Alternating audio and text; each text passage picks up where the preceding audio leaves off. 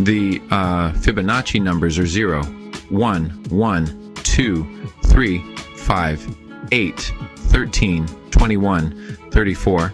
The next number in the sequence is the sum of the prior two, like 21 plus 34 equals 55, and 34 plus 55 equals 89. As the sequence gets larger, the relationship between adjoining numbers gets closer to the divine proportion, or the golden ratio itself, approximately 0.61803398887, and approximately 1.61803398887. Even though this sequence of numbers will forever be known as the Fibonacci numbers, it is not the values of the individual numbers themselves that are important. It's the ratio relationship between the Fibonacci numbers that matters for financial forecasting, and especially for those ratios that derive directly from the divine proportion. You could spend a lifetime exploring the intricacies and interconnectedness of the divine proportion. It's easy enough to go off on a tangent with this topic. For our purposes, it's enough to say that we believe that the divine proportion is terribly important for forecasting the financial markets, because the human brain is hardwired to respond to it. Identify something that exemplifies stunning beauty.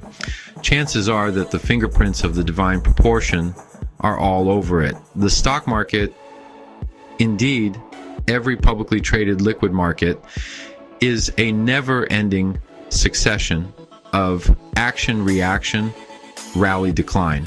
We can use the divine proportion to discover how those growth decay phases have related to each other in the past, and how they may relate to each other in both price and time in the future.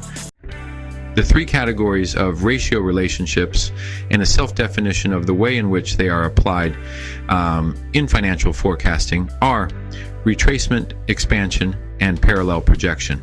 The table shows the most important Fibonacci ratios for financial forecasting.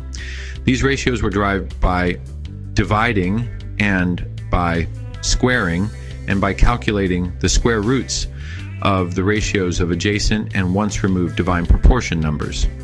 2.6, 1.8, 1.6, 1.8, 0.6, 1.8, 0.3, 826.854, 2.6, 1.8, 0.3, 820.146, 1.618, 1.272, 0.82, my number 0.618.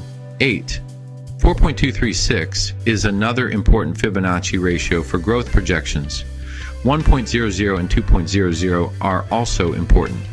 0.500 is not a Fibonacci ratio, but we include it for forecasting because the 50% retracement has proven over time to be a recurring retracement percentage. In the next video, I will go over in depth the price retracements.